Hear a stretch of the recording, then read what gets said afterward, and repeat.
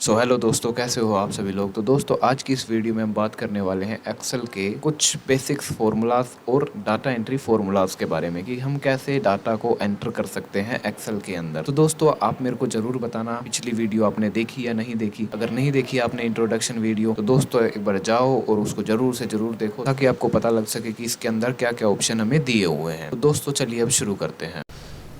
दोस्तों, आपको जब भी डाटा एंटर यहाँ पे करना है तो सबसे पहले आपको अपना जूम एडजस्ट कर लेना है। तो दोस्तों, जूम एडजस्ट करने के लिए आप क्या करेंगे, पेज के राइट कॉर्नर में आएंगे और डाउन साइड आप देखेंगे यहाँ पे हम पेज के साइज़ को एडजस्ट कर सकते हैं, जूम। और अब दोस्तों बात करते हैं कैसे हमें टाइप करना है। तो दोस्तों अब यहाँ पे हम टाइप करना स्टार्ट करते हैं। अगर दोस्तों हम यहाँ पे एक मार्कशीट क्रिएट कर रहे हैं तो सबसे पहले हमें यहाँ पे सीरियल नंबर डालना होगा। यहाँ पे डालना स्टार्ट करता हूँ, सीरियल नंबर। अब दोस्तों मैं नेक्स्ट कॉलम के अंदर जाने के लिए क्या करूँगा, मैं यहाँ से कीबोर्ड से मैं टैब को प्रेस करूँगा। अब मैंने यहाँ पे टैब प्रेस किया। अब मैं यहाँ पे नेम टाइप कर लेता हूँ, नेम मैंने यहाँ पे टाइप किया। देन मैं यहाँ पे सब्जेक्ट टाइप करता हूँ SUB1 और SUB3, ऐसे ही मैं इसको थोड़ा सा जूम कर लेता हूँ। तो दोस्तों आप ये देख पा रहे हैं हमारा ये एक्टिव सेल है। एक्टिव सेल के नीचे आपको छोटा सा स्क्वायर बॉक्स आपको दिख रहा होगा। हम इस स्क्वायर बॉक्स को पकड़ के राइट की तरफ स्लाइड करेंगे तो यहाँ पे हमारा सब 1, सब 2, सब 3 आ चुका है दोस्तों। तो आपको बताना ये कैसा लगा। अब दोस्तों मैं सीरियल नंबर यहाँ पे टाइप कर रहा हूँ 1, एंटर प्रेस करूँगा, दूसरी रो के अंदर चला जाऊँगा 2, 3, 4।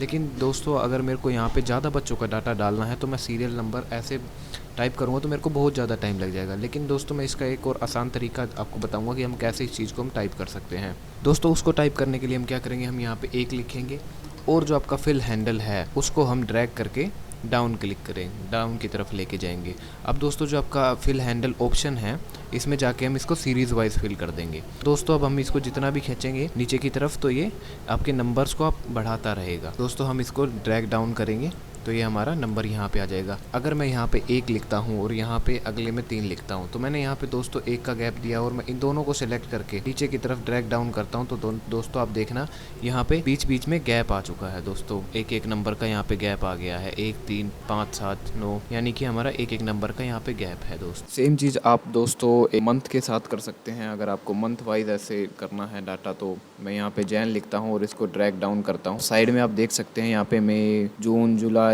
इस तरीके से लिखा हुआ आ रहा है और ये मेरा डाटा यहाँ पे फिल हो गया। साथ ही दोस्तों अगर आप इसको ऊपर की तरफ लेके जाते हो तो ये पीछे की तरफ इसको फिल कर देगा। अगर मैं इसको राइट की तरफ ड्रैग करता हूँ तो ये राइट की तरफ उस चीज़ को फिल कर देगा। तो दोस्तों आपके हाथ में है कि आप कैसे उस चीज़ को फिल करना चाहते। अभी दोस्तों बात करते हैं, मैंने यहाँ पे तीनों का फिल किया। लेकिन दोस्तों आप यहाँ पे तो दोस्तों मैंने यहाँ पे टाइप कर लिया है जनवरी और मैं इसको ड्रैग करके डाउन करता हूँ तो ये मेरा पूरा लिखा हुआ आ रहा है जनवरी। यहाँ पे आपका जैन, फेब इस तरीके से लिखा हुआ आ रहा है। दोस्तों ये आप में डिपेंड करता है कि भाई आप कैसे करना चाहते। अब बात करते हैं हम डेट्स के बारे में कि डेट्स को हम फिल कैसे कर सकते हैं, फिल डाउन कैसे कर सकते हैं। आपको क्या करना है, यहाँ पे कोई भी एक डेट लिख लेनी है। मैं क्या करता हूँ, एक डेट यहाँ पे लिख लेता हूँ कि 2/6 है, 20। तो दोस्तों यहाँ पे मेरी एक डेट आ चुकी। अब आप ये डेट देखिए और मैं इसको फिल डाउन करता हूँ। मैं फिल डाउन करता हूँ तो देखो आपकी डेट यहाँ पे चेंज हो रही है। दोस्तों ये भी चीज़ आप यहाँ पे कर सकते। साथ ही दोस्तों एक और चीज़ मैं आपको बताना चाहता हूँ। मैं यहाँ पे एक डेट लिखता हूँ 29/2015। तो दोस्तों इस डेट में और इस डेट में क्या फ़र्क, आप यहाँ पे ध्यान से देखिए। जो हमारा डेट है उसका अलाइनमेंट है, यहाँ पे आपका राइट साइड है, यहाँ पे आपका लेफ्ट साइड है। दोस्तों जो हमारा लेफ्ट साइड का फॉर्मेट है ये आपका गलत है, क्योंकि आपको पता होगा कि लीप ईयर होता है 29 जो कि हमारी 2015 में आई ही नहीं है। अगर मैं यहाँ पे 2015 की जगह 16 कर देता हूँ तो भी ये काम नहीं कर रही है, क्योंकि ये हमारी लीप ईयर है। तो दोस्तों ये हमारी काम नहीं करेगी और ये प्रॉपर एक डेट के फॉर्मेट में नहीं है। दोस्तों आपको ये थोड़ा ध्यान रखना है। अगर हमारी डेट है वो गलत है तो हमारी लेफ्ट साइड में अलाइन हो जाएगी और जो हमारी करेक्ट डेट है वो हमारी राइट साइड में अलाइन हो जाएगी। अब दोस्तों बात करते हैं, हम कुछ बच्चों के नाम लिख लेता हूँ। अब नाम तो मैं पूरे नहीं लिखूंगा, मैं यहाँ पे ABCD लिख देता हूँ। मैंने ABCD यहाँ पे लिख लिया। अब मेरे को यहाँ पे नंबर चाहिए दोस्तों। तो नंबर को लिखने के लिए मैं क्या करूँगा, काउंट मैंने यहाँ पे लिख एवरेज।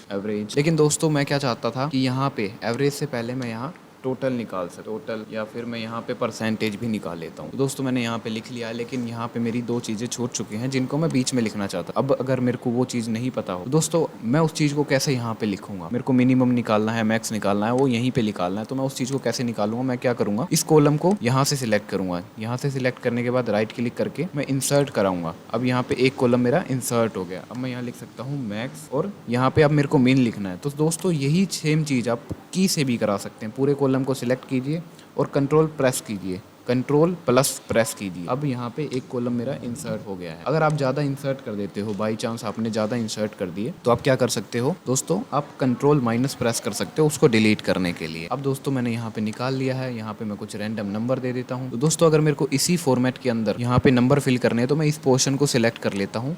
इस पूरे पोर्शन को मैंने सिलेक्ट कर लिया है और अब मैं क्या करूँगा, यहाँ पे एक फार्मूला टाइप करूँगा। अब मैंने दोस्तों आपको बताया है कि फार्मूला टाइप करने के लिए हम क्या करते हैं, इज इक्वल टू का सबसे पहले यूज़ करते हैं। अब मैं यहाँ पे लिखता हूँ एक फार्मूला जो कि रैंडम पैराग्राफ के लिए, जो कि हमारा रैंडम नंबर्स के लिए है, RAND बिटवीन। अब यहाँ पे ये मेरा फार्मूला आ चुका है। अब दोस्तों आप इसको एरो के थ्रू डाउन करके और टैब से सिलेक्ट कर सकते हैं। अब यहाँ पे आपको कुछ दिख रहा होगा, rand between bottom comma top. तो दोस्तों इसको हम सिंटैक्स कहते हैं, जो कि हमें गाइड करता है हमें क्या चीज़ करना है। बॉटम में हम मिनिमम वैल्यू देंगे 22 कोमा हाईएस्ट नंबर आपको कितना चाहिए, मेरे को चाहिए हाईएस्ट नंबर 100 और मैं ब्रैकेट को क्लोज करता हूँ। अगर मैं क्लोज ना भी करूँ तो हमारा एक्सेल खुद ही उसको क्लोज कर देता है। दोस्तों अब मैं एंटर प्रेस करता हूँ, यहाँ पे मेरा आ चुका है 69। ये हमारा रैंडम नंबर आ गया है। अब मैंने पूरा एरिया सिलेक्ट कर लिया है, यही मेरे को पूरे सेल्स के अंदर पेस्ट करना है। तो मैं क्या करूँगा, कंट्रोल D प्रेस करूँगा। कंट्रोल D का यूज़ करते हैं हम फिल डाउन के लिए और कंट्रोल R यूज़ करते हैं हम फिल राइट के लिए। अब दोस्तों यहाँ पे देखिए आपका जो नंबर है, यहाँ पे रैंडम नंबर आ गए हैं, लेकिन आपको यहाँ पे नंबर दिख रहे हैं। अगर हम फॉर्मूला बार की बात करें तो यहाँ पे उसका फॉर्मूला आपको दिख। और यहाँ पे एक प्रॉब्लम क्या क्रिएट हुई है कि जब भी मैं किसी भी खाली सेल पे डिलीट की प्रेस करता हूँ तो जो मेरे नंबर हैं वो चेंज हो रहे हैं। अब इन सब को हम रिपेयर कर सकते हैं। हम क्या करेंगे, सबसे पहले पूरे को जितने भी हमने जहाँ से हमें फॉर्मूला रिमूव करना है, हम उस एरिया को सिलेक्ट करेंगे और उसको कॉपी करेंगे। कंट्रोल C से मैंने इसको कॉपी किया। कॉपी करने के बाद आप क्या करेंगे, पेस्ट होम में जाएंगे और होम में जाने के बाद पेस्ट में जाके आप यहाँ पे जाएंगे पेस्ट स्पेशल में, वैल्यूज को पेस्ट करेंगे और एंटर प्रेस करेंगे। तो दोस्तों अब यहाँ पे देखिए अब हमारा यहाँ से फॉर्मूला जा चुका है। अगर हम फॉर्मूला बार की बात करें तो यहाँ पे हमारा कोई फॉर्मूला नहीं है और मैं अगर खाली सेल में आके डिलीट की प्रेस करूँ तो यहाँ पे कुछ भी नहीं हो रहा है। दोस्तों एक और चीज़ मैं आपको बताना चाहूँगा, मान लो मैंने यहाँ पे कुछ भी लिख लिया, कुछ भी रैंडम नंबर लिख लिए, लेकिन मेरे को ये चीज़ नहीं चाहिए थी, मेरे को अब इन सबको डिलीट करना है। तो मेरे को क्या करना होगा, अंडू करना होगा। अंडू आप यहाँ से भी कर सकते हैं, क्विक एक्सेस टूल के अंदर आएंगे और यहाँ से आप अंडू कर सकते हैं। अंडू यानी कि आप एक स्टेप या 2 स्टेप या 10 स्टेप पीछे जा सकते, और अगर आप ज़्यादा स्टेप पीछे चले गए हैं तो आप उसको रीडू भी कर सकते हैं, यानी कि आप उसको आगे भी लेके आ सकते हैं। सेम चीज़ हम कर सकते हैं, कंट्रोल के साथ Z प्रेस करेंगे, जो कि हमारी कंट्रोल Z अंडू की शॉर्टकट की होती है और कंट्रोल Y हमारी रीडू की शॉर्टकट की होती है। तो होप आपको समझ में आया होगा। अब चलते हैं मैक्स की तरफ। हम मैक्स कैसे निकाल सकते हैं, तो दोस्तों मैक्स निकालने के लिए हम क्या करेंगे, इज इक्वल टू यहाँ पे लिखेंगे और मैक्स का फॉर्मूला यहाँ पे यूज़ करेंगे। MAX मैंने यहाँ पे लिखा और टैब से मैंने उसको सिलेक्ट किया। अब दोस्तों मैंने पिछली वीडियो में आपको बताया था कि रेंज क्या होती है। दोस्तों अब हम यहाँ पे क्या करेंगे, उस चीज़ की हम यहाँ पे रेंज इसको दे देंगे। कंट्रोल ब्रैकेट क्लोज करके, या हम अगर ब्रैकेट क्लोज ना भी करें तो ये क्या करेगा, उसको ऑटोमेटिकली क्लोज कर देगा। अब मैं क्या करता हूँ, यहाँ पे एंटर प्रेस कर देता हूँ। अब यहाँ पे देखिए दोस्तों, यहाँ पे हमारा मैक्सिमम नंबर आ चुका है। मैक्सिमम नंबर हमारा इनमें से आया है, जो हम रेंज सेलेक्ट करेंगे उसमें से हमारा मैक्सिमम नंबर यहाँ पे आ चुका है। अब मैक्सिमम हमारा यहाँ पे 97 है। अगर मान लो मैंने यहाँ पे 98 या फिर 100 मैंने कर दिया तो हमारा मैक्सिमम यहाँ पे 100 हो गया है। और मैं इसको फिल डाउन करता हूँ। अब मैंने इसको ड्रैग करके डाउन किया तो यहाँ पे देखिए जो हमारा फॉर्मूला था वो भी ऑटोमेटिकली यहाँ पे चेंज हो चुका है। 1 मिनट दोस्तों। तो दोस्तों अब हमारा यहाँ पे ऑटोमेटिकली फॉर्मूला भी यहाँ पे चेंज हो चुका है। अगर मैं ओपन करके दिखाऊँ आपको फॉर्मूला, तो यहाँ पे देखिए रेंज जो है ऑटोमेटिकली चेंज हो चुकी है। दोस्तों आप होप आपको समझ में आया होगा। अब दोस्तों साथ साथ मैं एक चीज़ और आपको बताना चाहूँगा। हम क्या करते हैं, जब भी हम टाइप कर रहे होते हैं, डाटा एंट्री कर रहे होते हैं, तो हम स्क्रॉल करके नीचे आ जाते हैं, स्क्रॉल करके थोड़ा थोड़ा नीचे आ जाते हैं, लेकिन हमें नहीं पता होता कि वो किस चीज़ का है। मान लो मैंने स्क्रॉल करा और अब मेरे को नहीं पता कि मेरे को कहाँ क्या डाटा डालना है, तो आप क्या कर सकते हैं, आप यहाँ पे कर्सर को रखिए और व्यू में जाके यहाँ पे आपको मिलेगा फ्रीज पेन। फ्रीज पेन में जाके आप फ्रीज टॉप रो को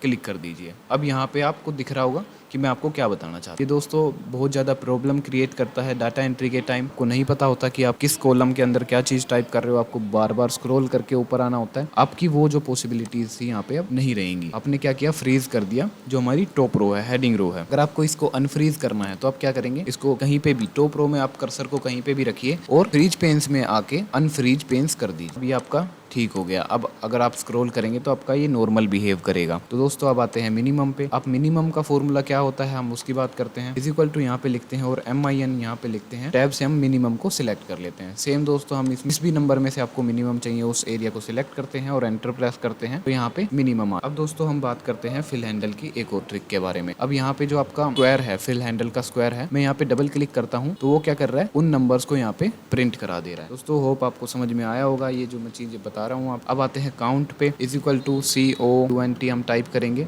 और सिलेक्ट कर लेंगे। अब ये दोस्तों काउंट क्या करेगा, हमारे जो नंबर्स हैं उनको काउंट करेगा। ये मैंने नंबर यहाँ पे सिलेक्ट किए और ब्रैकेट मैंने क्लोज कर दिया, एंटर किया। ये बता रहा है कि इनके अंदर, इन सेल के अंदर आपके नंबर हैं, ये काउंट आपको करके दे रहा है। अब हम एवरेज पे आते हैं, इज इक्वल टू AVERAGE हम फॉर्मूले का लिखते हैं और टैब से हम सिलेक्ट करते हैं। अब मैंने फॉर्मूले को सिलेक्ट कर लिया है, मैं एरिया सिलेक्ट कर लेता हूँ, सब्जेक्ट 1 to 4। मैंने रेंज सिलेक्ट करी और दोस्तों मैंने पिछली वीडियो में आपको बताया था C2:F2, यानी कि ये हमारी एक रेंज होती है। हम एक रेंज को इसी तरह लिखते हैं और यहाँ पे भी हमारी रेंज इसी प्रकार लिखी हुई है। मैं ब्रैकेट को क्लोज करूँ ना करूँ, क्योंकि हमारा एक्सेल क्या करेगा, खुद ही उसको क्लोज कर देता है। तो ये दोस्तों आपका एवरेज निकल के आ चुका है, लेकिन यहाँ पे आपको डेसिमल देखने को मिल रहे हैं। तो आप क्या करेंगे, आप यहाँ पे आएंगे, नंबर फॉर्मेटिंग में आएंगे और नंबर फॉर्मेटिंग में आपको दिख रहा होगा इंडेंट। इंडेंट को हम यहाँ से इंक्रीज कर सकते हैं और डिक्रीज कर सकते हैं। यहाँ पे आपका जो पॉइंट वैल्यू है आप उसको इंक्रीज और डिक्रीज कर सकते हैं। अब आते हैं दोस्तों टोटल के बारे में। तो टोटल को हम कैसे निकाल सकते हैं, हम क्या करते हैं, इज इक्वल टू यहाँ पे लिखते हैं और इस सेल को मैं चूज करता हूँ, प्लस करता हूँ, फिर मैं इस सेल को चूज करता हूँ, फिर प्लस करता हूँ, फिर मैं इसको सिलेक्ट करता हूँ, फिर प्लस करता हूँ और फिर मैं इसको सिलेक्ट करके एंटर करता हूँ। तो देखिए दोस्तों यहाँ पे आपका टोटल आ चुका है। दूसरा तरीका क्या है हम टोटल करने का, इज इक्वल टू SUM यहाँ पे लिखेंगे। सम का यूज किया जाता है किसी चीज को प्लस करने के लिए और ये सब हमारा आ चुका है। सिंटैक्स क्या है, नंबर 1, नंबर 2। इसमें भी हम यहाँ पे वैसे ही सेल को सिलेक्ट कर सकते हैं, सिंगल सेल को हम यहाँ पे सिलेक्ट कर सकते हैं और साथ ही सम में हम सम में हम रेंज भी सिलेक्ट कर सकते हैं। ये मैंने रेंज सिलेक्ट करी, एंटर किया, आपका यहाँ पे टोटल आ गया है। दोस्तों सम का एक और फास्ट तरीका क्या है कि आप ओल्ट के साथ इज इक्वल टू प्रेस कीजिए, लेकिन जो आपका ओल्ट इज इक्वल टू है, आप इसके अंदर आपको अपनी रेंज खुद ही डिफाइन करनी होगी, क्योंकि कई बार क्या होता है कि हमारा ये एक्सेल गलत डिटेक्ट कर लेता है। जैसा कि यहाँ पे है, ये आपका एक्सेल गलत डिटेक्ट कर रहा है, लेकिन हमें कहाँ से करना है, हमें यहाँ से करना है और मैं एंटर यहाँ पे प्रेस कर देता हूँ।